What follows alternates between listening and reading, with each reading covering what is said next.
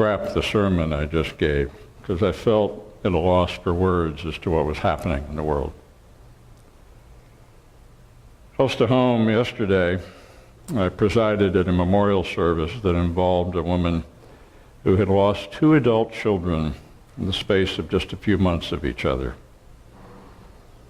I presided at her son's memorial barely 2 months ago, and now I was there again for her daughter. What do you say? I prayed all week for God to give me the right message, which I think he did based on the reactions at the service. For a lot of what I had to say, I also ended up sharing with you this morning in the message. But I have no real words for the anger, and I use that word deliberately and with some emphasis, but the anger and frustration that I feel over the tragic deaths of 9 worshipers in a Charleston church. You know, based on my past life, I'm a fairly well-connected fellow, and all week I have been inundated with emails and Facebook posts and other communication and phone calls from pastor friends, former journalism colleagues, and others, all wanting to know what I was going to say this week and sharing with me what they were going to say. And the honest answer is I didn't know what to say. Even though I firmly believe that to be Abba's child, we must practice the gift of being loved by God, there's some anger that still simmers within me. And frankly, I pray and hope that it simmers within you. And I can't speak for you, but I feel called to do something about it. What, I don't really know yet. What angers me is not so much the fact of the shootings, awful as that was. What angers me is not even the insane, morally bankrupt rantings of the political and evangelical right, who for some unexplained motivation want to deny the culture of racism and violence that scars our natural soul. No, what angers me the most here in the heartland of America, is the shameful sin of indifference and apathy that allows us to shrug our shoulders and shake our heads and turn the page of the newspaper to find out what else is on TV tonight. The sin of what does it have to do with me is the most unspeakable sin of all.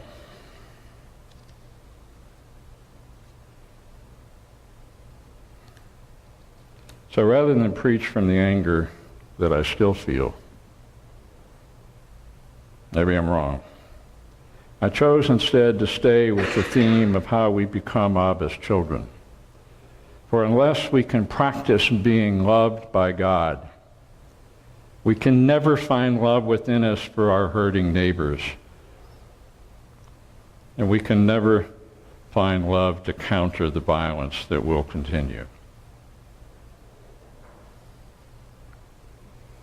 May God have mercy on us and open our eyes to the knowledge that even when we pray for peace, there is no peace unless we do something to make peace, unless we commit to doing something when we get off our knees. For God really, truly has no hands and feet and hearts and minds but ours. So I ask you to join me as we say together the prayer that Jesus taught us. But say it slowly, and say it from the heart, and listen to the words, and think of those families, not only the families of the 9 victims, but what must it be like for the parents of that young man. It's easy to demonize him when the demon lies within each of us and all of us for allowing this to happen in our world.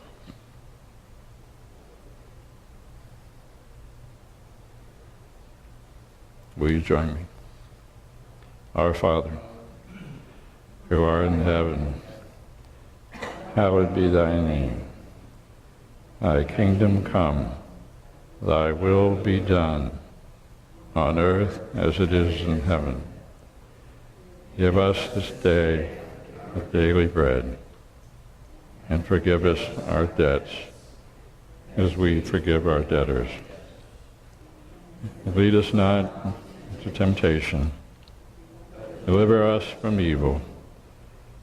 For thine is the kingdom, the power, and the glory. Amen.